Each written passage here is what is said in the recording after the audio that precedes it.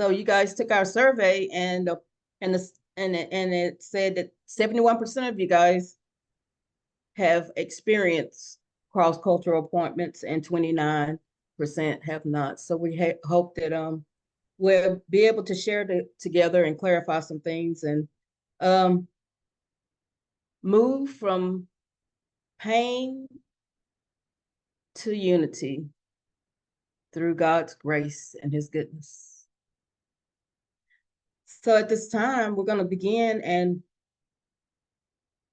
In Young Lee is going to share her cross-cultural appointment experience. She's going to include the makeup, the size of her congregation, whether it's rural or urban, and the duration of her appointment in that cross-cultural appointment. And she's going to answer these two questions. What are some benefits of cross-cultural appointments and some challenges? What do cross-cultural appointments teach, reflect to us about God? At this time, you'll be hearing from In Young Lee. Morning, friends. I am so happy to be with you. As Lisa said, I am In Young Lee. I'm currently pastor at First UMC in Rutherfordton. This is my fourth church to serve, and the third church to serve as a senior pastor. All three have been cross-cultural appointments.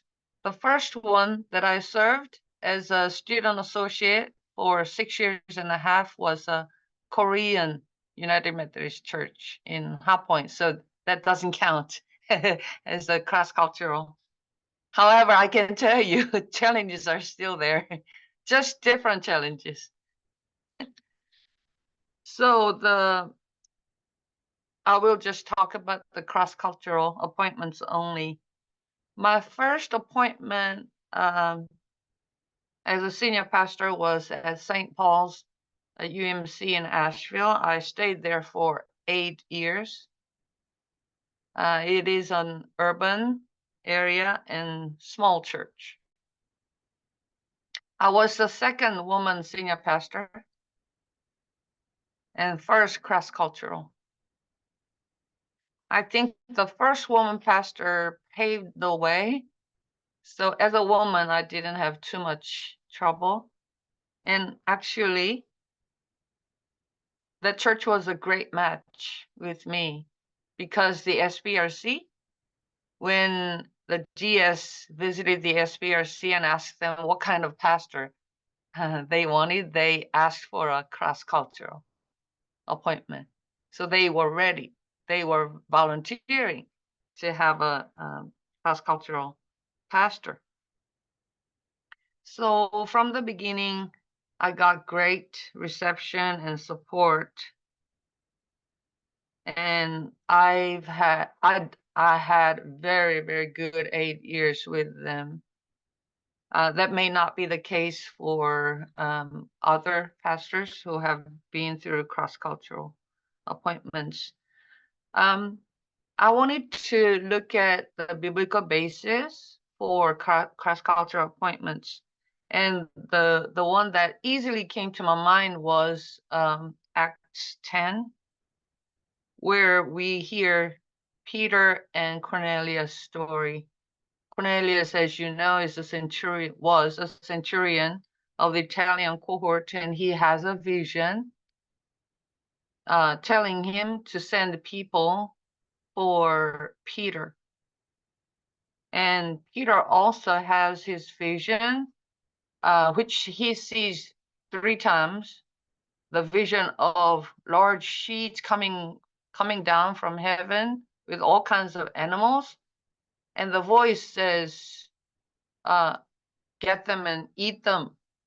And he was saying, no, Lord, I never have eaten anything unclean, and I refuse to do that.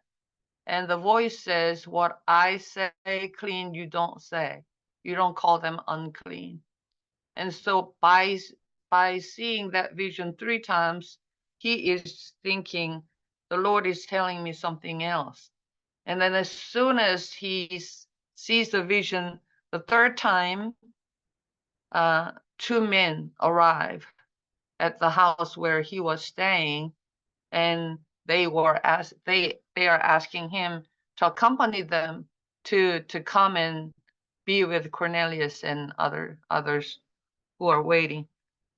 And that's when he says, when he gets there and when he baptizes Cornelius and all the people who are gathered there, he says, I learned that the Holy Spirit asks me to not to withhold proclaiming the gospel and baptizing people just because they are not Jews.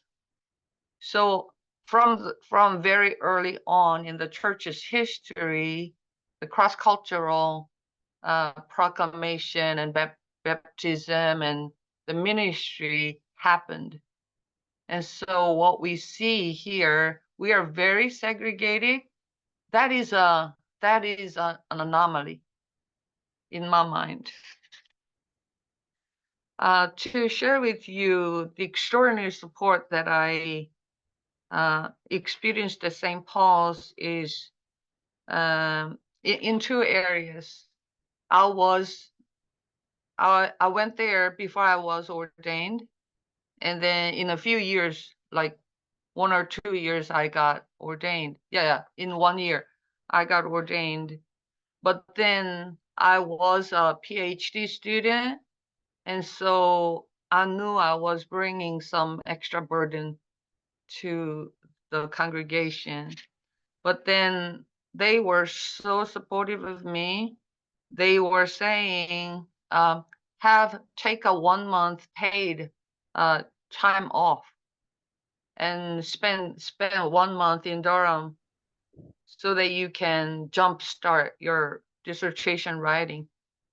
And that was an amazing gesture on the part of the congregation, and I could start collecting materials for dissertation writing and actually start writing. And even though it took several years, I could finish my degree program while I was there at St. Paul's, and I am still very, very thankful to the whole congregation for that. Also, so I went there in 2007, and in 2011, during the annual conference, I was elected as the general conference delegate, and it was of course, it was my first time to experience that. Rather than resenting that, the congregation celebrated it with me and fully supported me. And it was nothing that I could take for granted, because the fact that I have a PhD and am a general conference delegate, that don't necessarily garner the support from the congregation. It was not the case in the second appointment. So it tells me that it depends on the match between the congregation and the pastor more than anything. And that is, so it was at St. Paul's that I started doing multiracial ministries. And after 8 years of serving at the church, I was sent to Cokesbury UMC in Charlotte, where I stayed for 4 years. It was again urban, a little larger than St. Paul's, but not too much. I was a second woman senior pastor there, and second cross-cultural senior pastor. What I can tell you is, now that I am in my third church, I cannot tell you that the challenges that I have had have experienced had more to do with race, but to do with my views. I may be more progressive than the majority congregation members, and the challenges mostly came from that difference. So going back to Cokesbury, even though Cokesbury was another church that was involved in multiracial ministry, the congregation support for that was mixed. There was a small number of people who were actively participating in that and helping with the church with the pastor, but there were a small group of people who were against it. So I had to deal with those challenges. Also, I believe other pastors on this call may agree with me. So pastors who are actively seeking ways to help their congregations grow, because we are going through a very, very difficult time as churches, because churches in America in general are dwindling in number, membership, giving, and everything, attendance, everything is dwindling. And so I have gone to many, many conferences and lectures and everything that was possible to seek ways to help the churches grow. And that's how I landed on multiracial ministry. And one other thing that was repeatedly shared with the attendees of those conferences was the community engagement, how important that was. So I was together with the church leaders, we were very actively involved with the community partners, for example, with the police and with the public school. And out of that involvement efforts, we could house, so Cokesbury has a beautiful church campus. We started housing Urban Promise. It is an organization that provides wonderful after-school program, and they were looking for a campus in eastern part of Charlotte. It was the third campus that they were looking for, and I thought it was a wonderful opportunity for Cokesbury to utilize our campus. And then so they are there, still there after several years now, and even after I left, but I know that there is grumbling against it. Now I am at First UMC in Rutherfordton. It is more rural, small town, but it is a larger congregation. I am the first woman senior pastor, first cross-cultural appointment, but the reception has been excellent.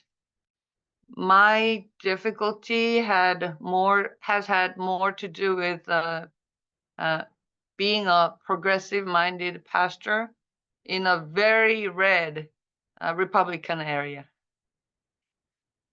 And especially because we went through the disaffiliation conversation, I've had very challenging conversations with some of the church leaders and the congregation members. And after the church decided to stay in the UMC, quite a number of people left the church.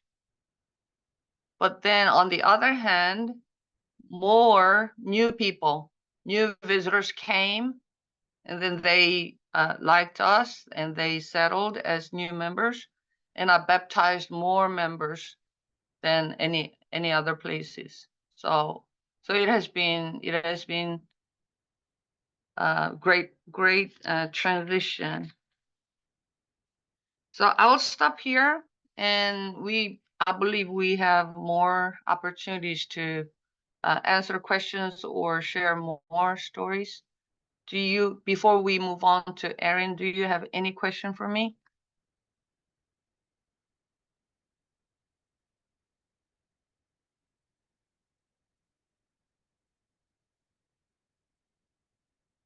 I think we are good. Erin? Thank you for sharing, in Young. Appreciate you all being on. As was already said, my name's Erin. My husband and I co-pastor in East Asheville at Covenant Community Church. We've been here for about 1.5 years. And previously, I served as the lead pastor at Wellspring United Methodist Church in Rutherford County.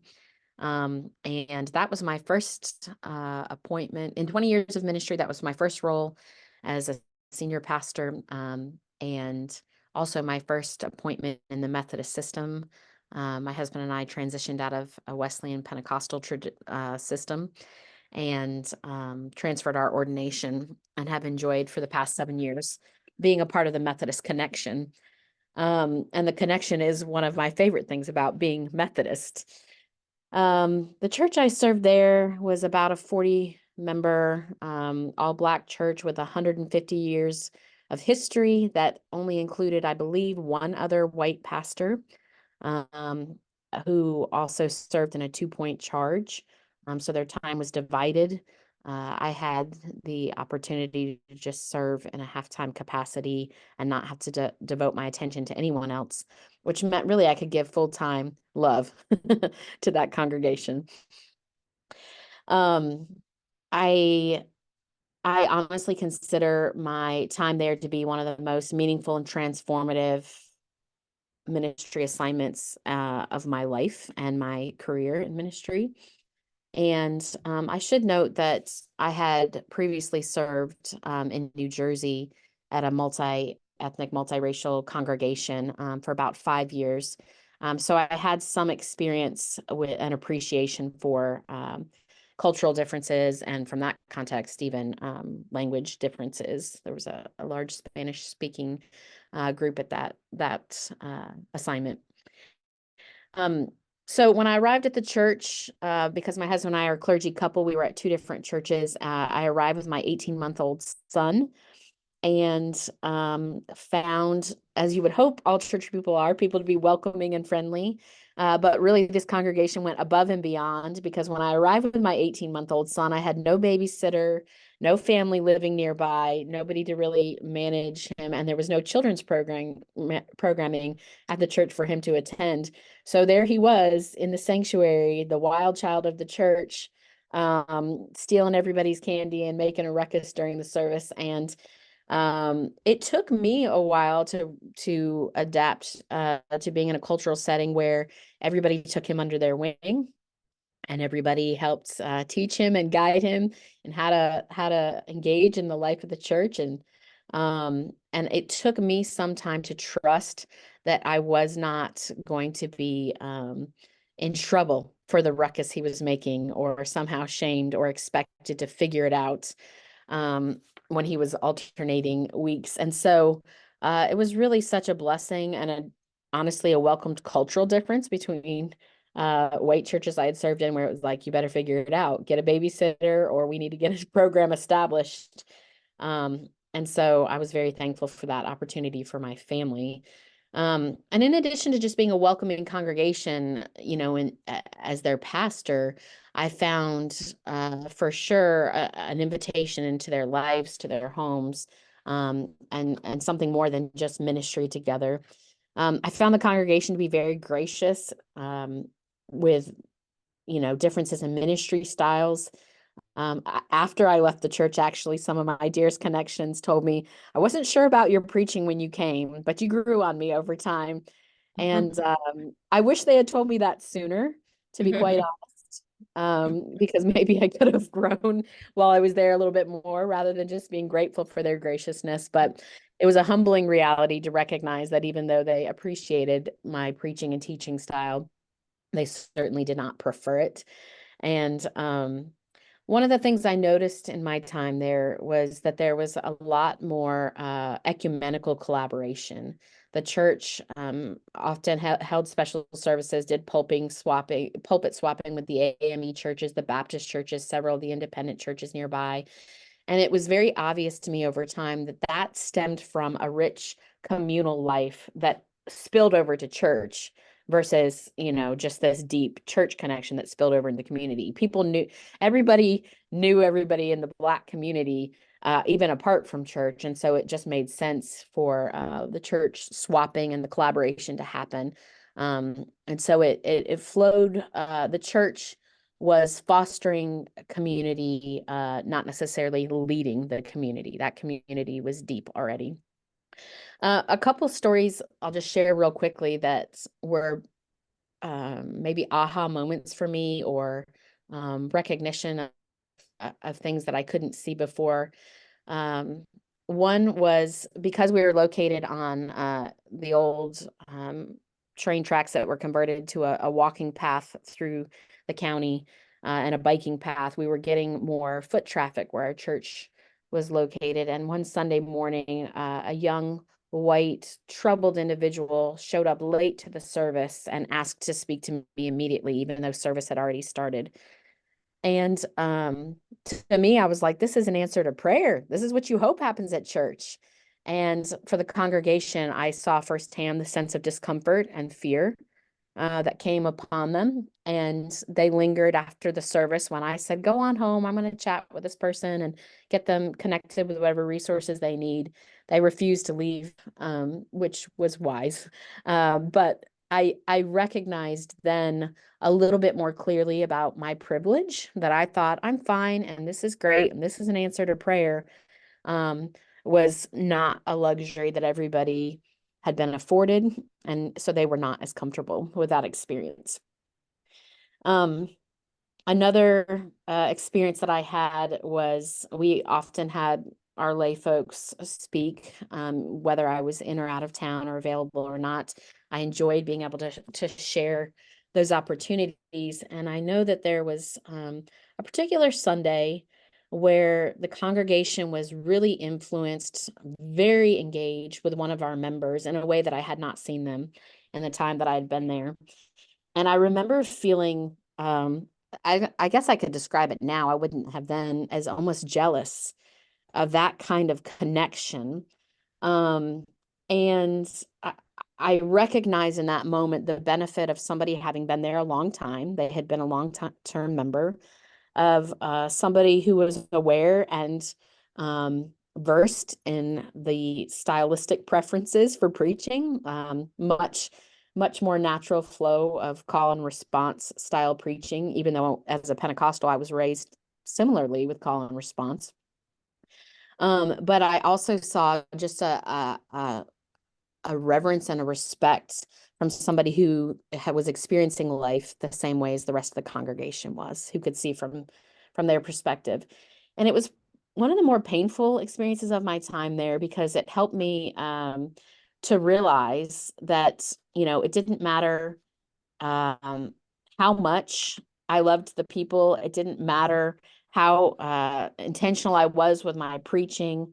It didn't matter. Like my best efforts could not overcome the reality that I was not a person of color with the same lived experience, no matter how much I wanted to try to relate and try to engage.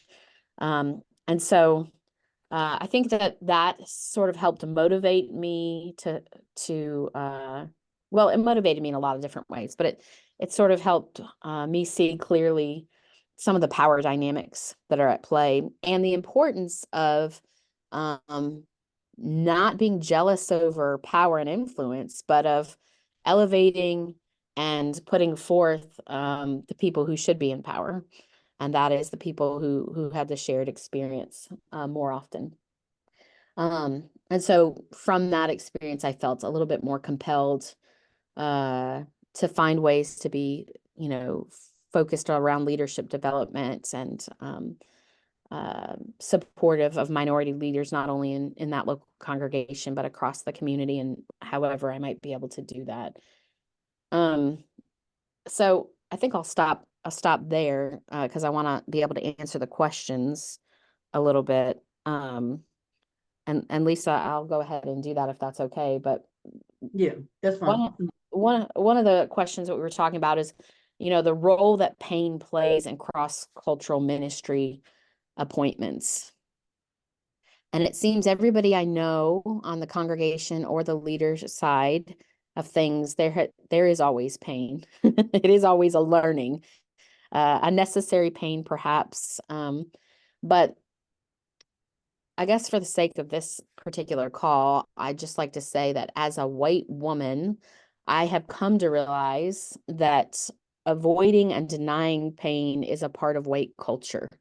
Avoiding, denying, and doing everything we can to overcome and resist it.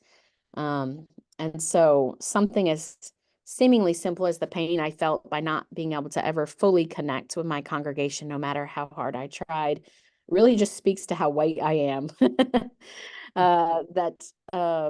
That there is this desire to fix it, What can I do to fix it? And all of us understand pain is a part of life, some more than others. And I've tried to be more attentive to the reality that sometimes I can unintentionally shame people for naming or holding or even having experienced pain. So to get to the heart of that question, though, what role does pain play? I think pain is the entry point to human connection. And it's important, particularly for white leaders and laity, to reconsider the power of pain to connect us to each other. And I think to prioritize the true power of the gospel. By that, I mean this power of the gospel to save us from sin and evil, which is the root of suffering, rather than some kind of toxic positivity, right? This like feel-good Jesus. And so, because pain is central to the story of life and growth, and definitely central to the experience of faith, it has to be validated when it's validated, and also evaluated in a specific context, evaluated where pain has already been present and where pain is likely to be perpetuated. And I would say sooner rather than later in a congregation where there's a cross racial appointment, sooner rather than later, having those conversations about, where is pain at work? Where is there a risk of pain? And how can we guard ourselves against perpetuating against it? The other question is how did pain grow me, and what pain, if any, was unnecessary? Every day I try to remind myself that the experience of feeling like, even though I was loved and respected, that I could never be enough, helped me release my obsession with excellence and achievement and embrace celebration and connection. Those became more important values for my life and for marks for my ministry, a different way of engage or measuring if I or we are being successful in our work together. And so I think, the pain, it motivated me to show up, as I kind of alluded to, when I can, however I can, as often as I can, in spaces where I can intentionally and even systematically support other people, other non-white voices beyond just my own friendships. It's also important, I think, to say that some of the unnecessary pain that I think happens in cross-racial appointments is a lack of collaborative opportunities and or feedback loops, regular systematic ways of getting response and feedback from everybody involved. And I think probably the only real pain that was unnecessary was the pain I caused by not having those things, regular, consistent feedback loops. I shouldn't say the only pain, but the most obvious unnecessary pain to me was the pain that I caused by not being more informed, by not being more regular and consistent with involving Black voices in sermons and the preparation, and not establishing enough feedback loops to make sure we agreed that, we are making progress in the ways we need to be sensitive. So I'll stop there because I think I'm a little bit over time, but if you have any questions or comments for me, you can unmute and offer them now, or you can drop them in the chat and we can revisit them in a minute.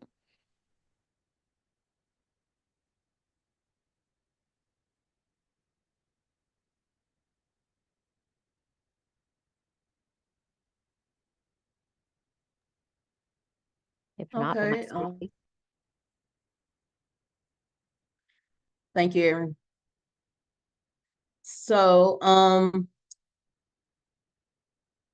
gonna tell you about my experiences, and so my cross-cultural appointment was predominantly white.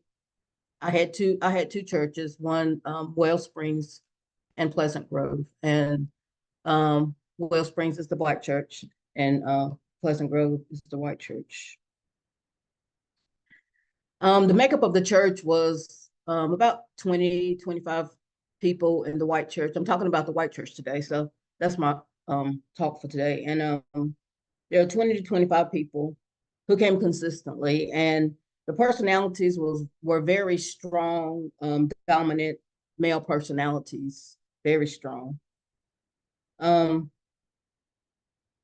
The churches were considered rural at the time, and I stayed in this appointment for 18 months because it was very toxic, very racist, very painful to be in this position. Unlike my friends, that their experiences were kind of different, but mine was a very painful experience. They told me often, well, we told the conference not to send us a certain person, and they sent that person anyway. Or they would say that they didn't want a female, they didn't want a Black person, they wanted a white male. That's what they wanted, you know. And the problem that I noticed with my cross-cultural appointment is that they wanted everything about my Blackness erased. They wanted everything to be what they wanted it to be. It wasn't good enough that every single liturgy, every song was white. They didn't want me to say anything about anything Black in sermons. They didn't want to hear any of that stuff. And they were offended when I did preach 3 sermons that had to do with, some things that happen in the community, like George Floyd and, Martin Luther King, something for that, So about out of 45 sermons, I've preached maybe 3 sermons that pertain to African Americans or whatever. And they didn't tell me, but after I left, they incoming pastor, that's the reason she's not here any longer, because she always preached Black stuff. But that's not true. It was only 3 sermons, but I guess it was too much for them. And during COVID, I had a lot of issues with them because we closed down the church. And so one time I went over to pick up my check, and I was like, man, it smells like food in here. Somebody's cooking.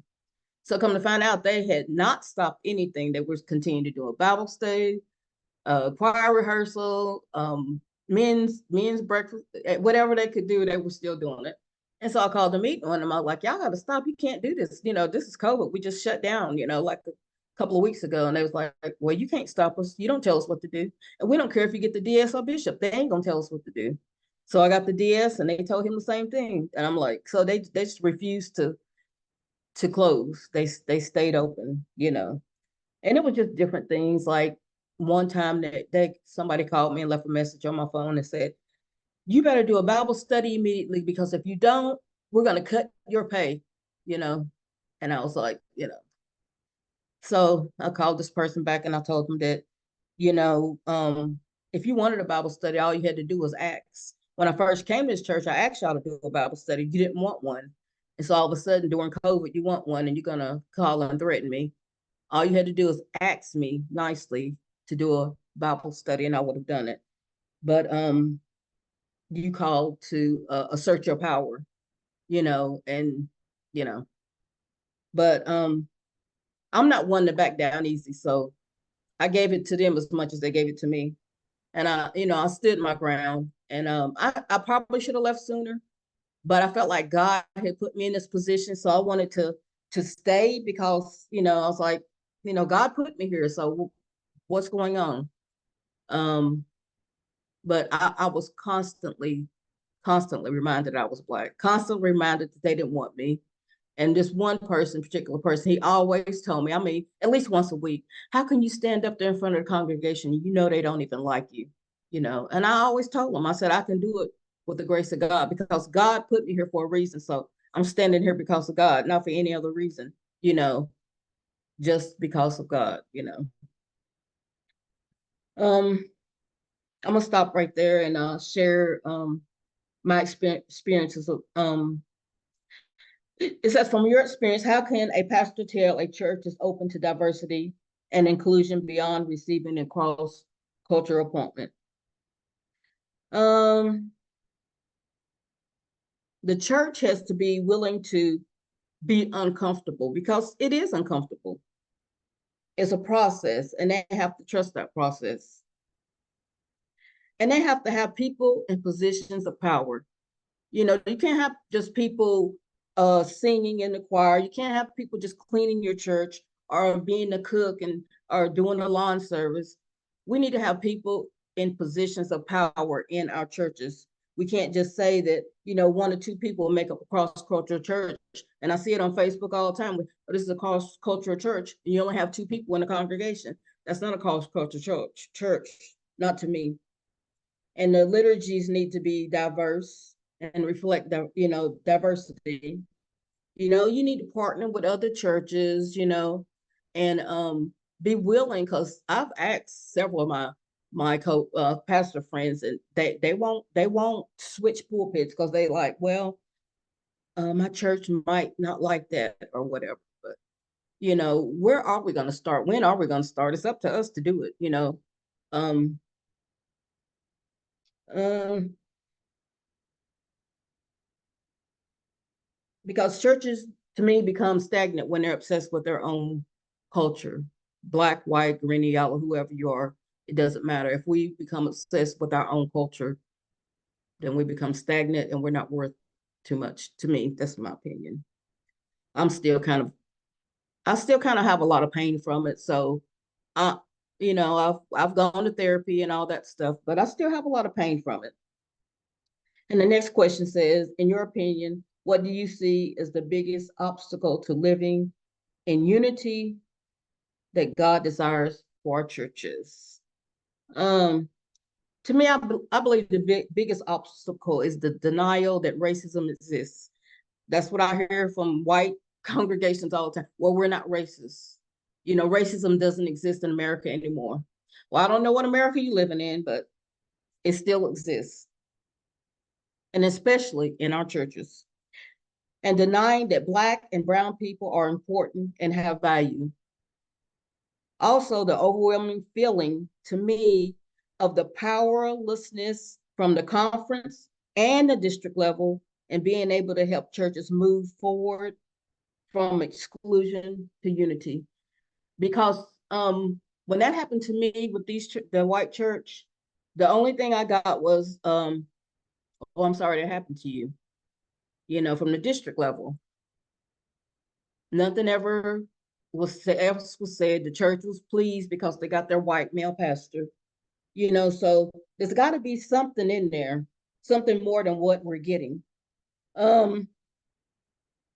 And I'm not placing the blame at the foot of the conference or the district. I believe that there should be some focus on anti-racism training with our laity. We did it with the conference at the conference level, and you were able to bring one laity. But I think all our leadership members, white, Black, or whatever, all our leadership leadership in all the churches need to take anti-racism training. They have to, if we want this thing to move forward. You know, I used to feel that it was not my responsibility to teach white people about Black culture. But I have to do something to help move this forward. I have to do something to help, you know, I mean, if not me, who, you know? We can, you know, talk about how much we want to make disciples, all we want. If our vision does not reflect diversity, because, you know, the conference is telling us that they want us to do this new vision, but our visions mostly include let's get more people in our church, or our vision includes, oh, let's do this and that. But if the vision doesn't include a diversity, including, you know, how we're going to get our church to be better than what it is, if it doesn't include that, these visions aren't really worth much. That's just my opinion. And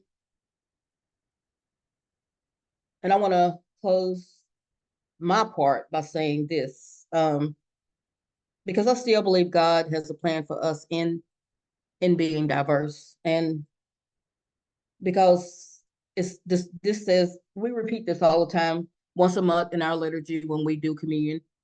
It says, by your spirit, make us one with Christ, one with each other, and one in ministry to all the world, until Christ comes in final victory and we feast at his heavenly banquet. And if we all truly mean this, then we all should be one. Amen. I'm finished. If you have any questions, or we can go into whatever the next thing was that we were supposed to do.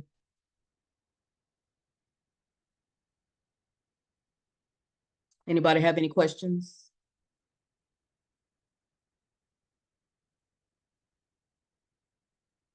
If not, is it time for the breakout rooms, Erin? It's time for the breakout.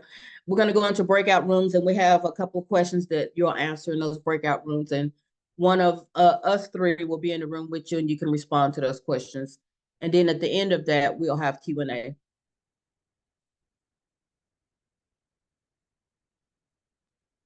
Lisa, could you tell us what those questions are again? Yeah. Okay. Oh, there you go.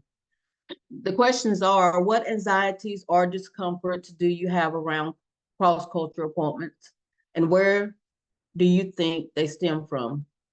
And then the second one is brainstorm together how you might make the pastor feel welcome and supported in a cross-cultural appointment. How can the pastor demonstrate collaboration as well? So when we break out in our rooms, these are the two questions that we'll answer.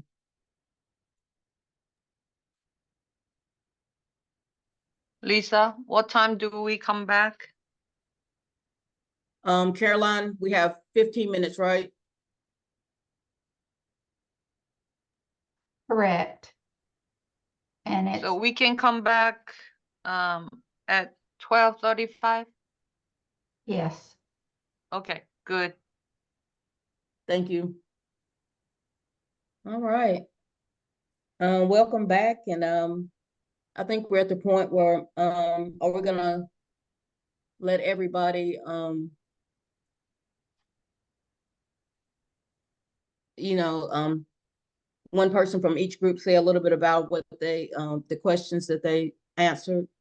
Maybe pick one person from each group, and we'll do that. The first person can go ahead, whoever wants to be first with that.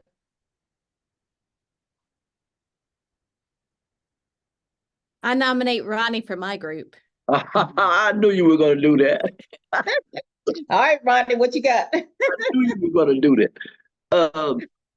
You know, I've been doing this for a few minutes now, and so I basically told our group some of the things that we've heard, and from your perspective, Lisa, from where you are, I know that sometimes it is hard for white churches to accept Black females, and it's even harder for them to accept Black males. But I also mentioned to our group that Black churches are way more accepting of white pastors than white pastors accepting of white churches accepting of other cross-racial appointments. That is, and I feel like one of the things that's necessary, that's really needed, is that we need to prepare both the church and the pastor before they go into those doors. And so somehow or another, we need to come up with a toolbox that we can use, universal or conference wide, that will help the churches to prepare, the pastors to prepare for those type of appointments. And when that happens, I think it would make it a lot easier for everybody. Because when the church is not prepared, and the pastor, I don't care how prepared they are, if the church is not prepared, it's still going to be tough. And the other thing that I talked about with Aaron and Christy, it was that our culture has changed dramatically since 2016, which makes cross-racial or cross-cultural appointments even harder. Especially today when you talk about, everybody has these conversations about DEI, and because of what has happened with that, it's making it even more difficult for churches, because churches have not really focused in on who God is, and they know that the God that we serve, diversity is all about. That's what God's all about. But inclusiveness, diversity, equity, that's what God is all about. But the church hadn't caught on to that yet, and so and they're not leading the way. And that's one thing that we found out. The church has been silent on this, and we have lost our voice. And what was the other thing, Aaron? Not only lost our voice, but we lost what Our backbone. bone. There you go. When we put those two things in place, I think it helps the church to be strong. And I'm a hush. Thank you so much, Ronnie. The next group, can you share, please?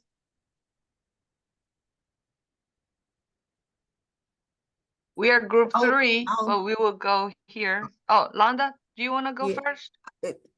I will, because it touches on what Ronnie shared. I apologize for not having my camera on. I'm working, and I apologize. But the group we were in, we talked about more conversation on the front end when these appointments are being considered would make a big difference. There are PPR conversations on the front end that may say our church is ready, but the entire church has not said we are ready. And would it make a difference if there was more conversation on the front end? Also, we talked about these are things that will be helpful to the pastor, ongoing regular conversations about serving cross-racial, and hearing the pastor's point of view and the church's point of view on ongoing regular conversations. And could be something each district needs to look at, or like Ronnie said, on a conference level, how can we help the churches and the clergy with ongoing conversations? And also have an open-minded approach by the cabinet and the conference when issues arise, either if brought to their attention by clergy or by the church, having the open-minded approach. And those are some things we talked about that might be helpful. Anything else, team, that I didn't? No, I think you covered it. Ron, did you have anything else? If not, let us move to our last group. In Young. Yeah. I will ask Lynn to speak after I share with you some introductory sharings that we had. For example, Baim is from Congo, and people in Congo speak French. So he learned English when he came to America, and he serves a cross-racial appointment. And the congregants keep telling him, you have accent, we don't understand you. And it gives a lot of pain to him. And when we were sharing about the ideas in which the congregation members help the church pastor to feel welcome and accepted, and what the pastor can do.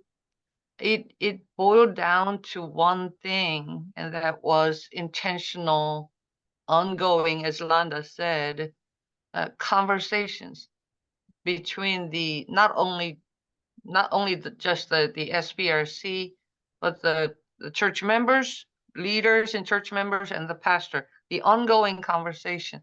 And Lynn is in a very good place to share that with us, because she works for Northern Piedmont district, and that district has more cross-racial appointments than any other districts. And so Lynn, please share with us. Well, it sort of piggybacks on what Ronnie and Londa said. In our district, we have a lot of those. At one time, we had more in Northern Piedmont, and I'm not certain if that's currently accurate, but then all the rest of the districts in both our conference and the North Carolina conference. So we have a lot. But one thing that we find that is really helpful is that relationship building, support, intentional work with the SPRC and the pastor before the appointment even begins. And then that same continuing thing after the appointment begins. Our congregational vitality person, Maria King, we've had cohorts of cross-racial pastors serving cross-racial appointments, sort of a support group kind of a thing, but that really intentional, that's word so good, so key, before the appointment begins and after it begins, and ongoing, very important. And it doesn't mean that every single one of those appointments is going to be happy for everybody and perfect and not have its challenges. It doesn't mean that, but the support to help is real important.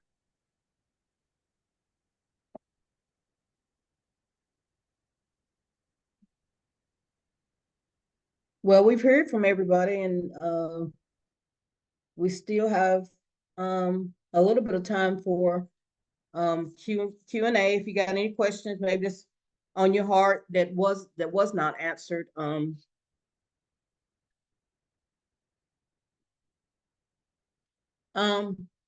So we did have a few tips. Include the pastor's cultural style, values, and practices in life and worship of the church. Creates belonging to the leader and builds trust among leadership. And no appointment summarizes them all. Each appointment is unique. And we also had some references that we had some books that might be helpful, and you can click on them and it'll take you directly to it, but or take a picture with your phone. But these are some books that might be helpful to you in your ministry. It might be helpful to maybe have something with the SPRC, some type of book study on one of these books, you know, just whatever works for your church. And so before we close out, we have a few minutes. If anybody wants to ask any questions of me, En Young, or Aaron, or anybody else on the panel, you'd like to ask any questions, this is your opportunity. It says, will the slides be shared? We'll be able to share these slides with everybody.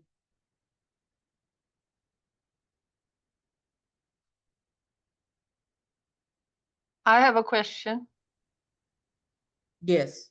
So I don't know whether you guys will be going to that Justice and Equity Summit that is meeting on Saturday at University City, UMC in Charlotte. I will be going there, and I will have an opportunity to talk on a panel. This preparations for cross-racial appointments on the level of districts and the conference. It has been on my mind for a long time, especially because, as Ronnie said, our Black pastors suffer the most because of the resistance from the white congregations. What can we do systemically? What can we do as the conference and the districts to help the congregations, white congregations, be prepared for Black pastors to be appointed to them? So I want to know, do you have any suggestions, ideas that you want to share? Other than what Lynn said and Wanda said. Tell them we all gonna be in heaven together. So what's the difference?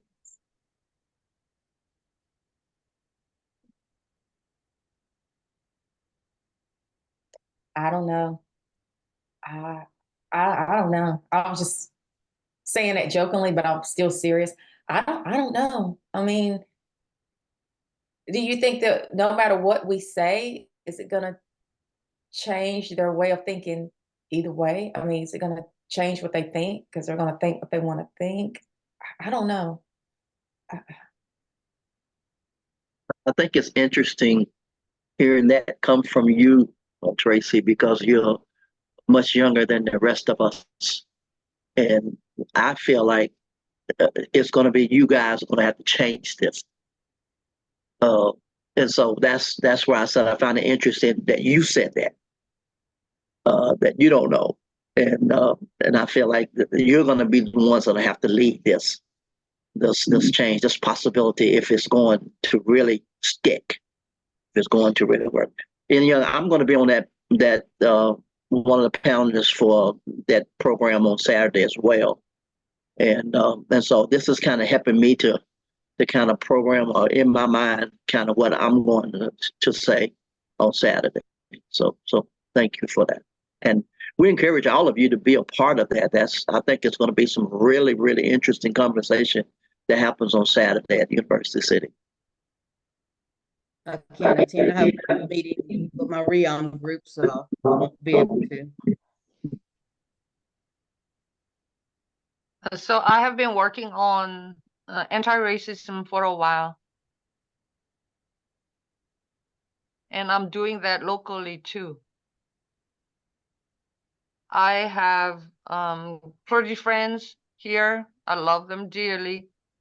One of them is a Black woman pastor, a different denominational pastor.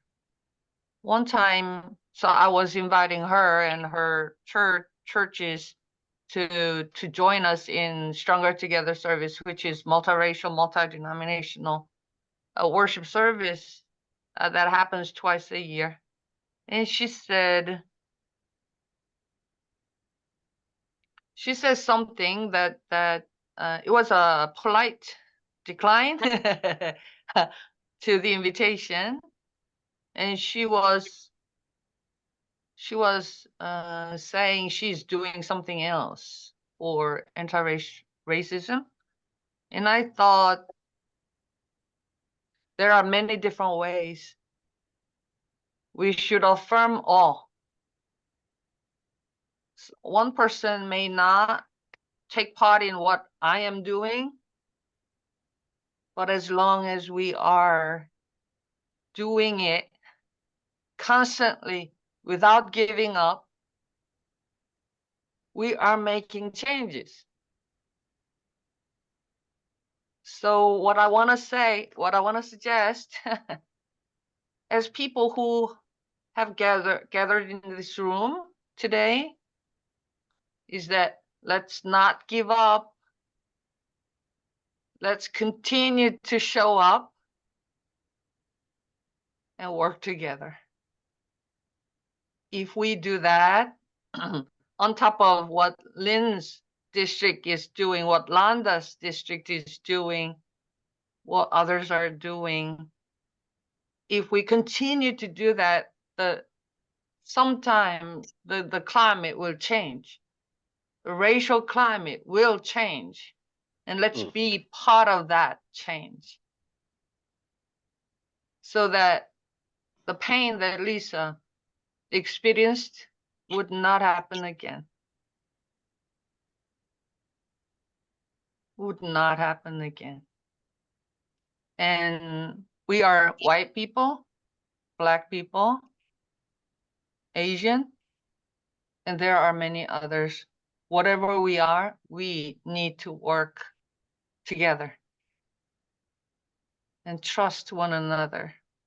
Celebrate each other's work in this regard. And if we do that, someday we will see a better day.